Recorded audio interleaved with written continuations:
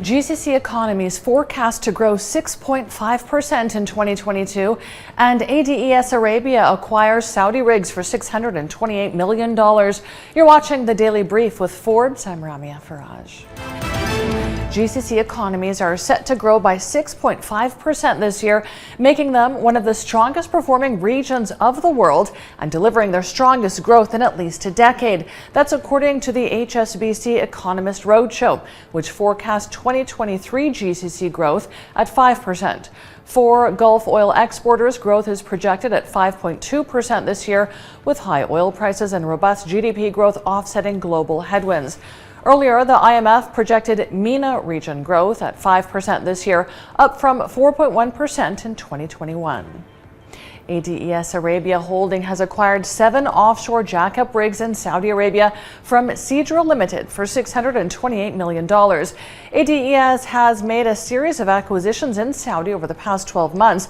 The latest raises its offshore and onshore fleet in the kingdom to 44 rigs, making it the largest jackup operator in Saudi, while increasing its total offshore fleet to 48 rigs, making it the largest jackup operator in the world.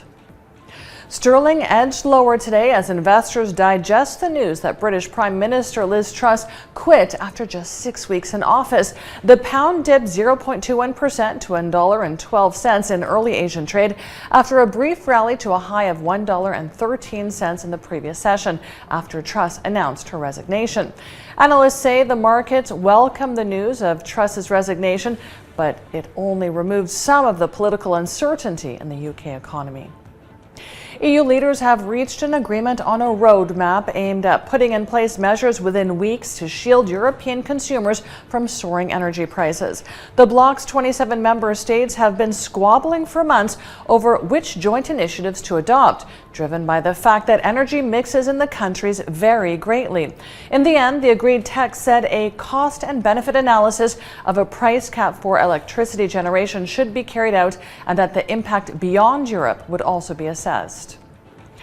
Shares of Meta, Alphabet, and other companies that sell digital ads closed lower after Snap blamed inflation for its slowest revenue growth since going public 5 years ago. Snap was the first major social media company to release Q3 earnings, and its stock fell 25% on the disappointing results. Shares of other companies that sell internet ads also fell, with Meta down 4%, Alphabet down 2%, and Pinterest down 8%.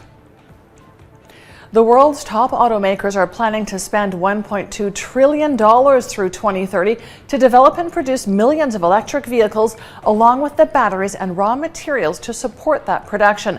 That's according to new Reuters analysis. The EV investment figure dwarfs previous investment estimates and is more than twice the most recent calculation published just a year ago.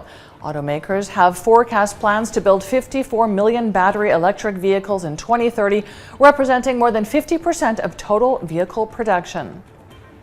And U.S. card companies are expected to benefit as pandemic-weary consumers continue to fuel demand for travel, one of the biggest contributors to revenue despite rising inflation. Analysts say Visa, MasterCard, and American Express are likely to see a jump in cross-border volume, which is a measure of travel demand reflecting spending on cards outside their issuing country.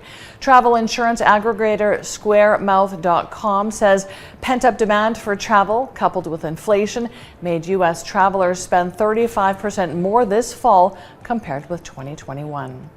I'm Ramia Faraj. This is the Daily Brief. Thanks for watching. Bye for now.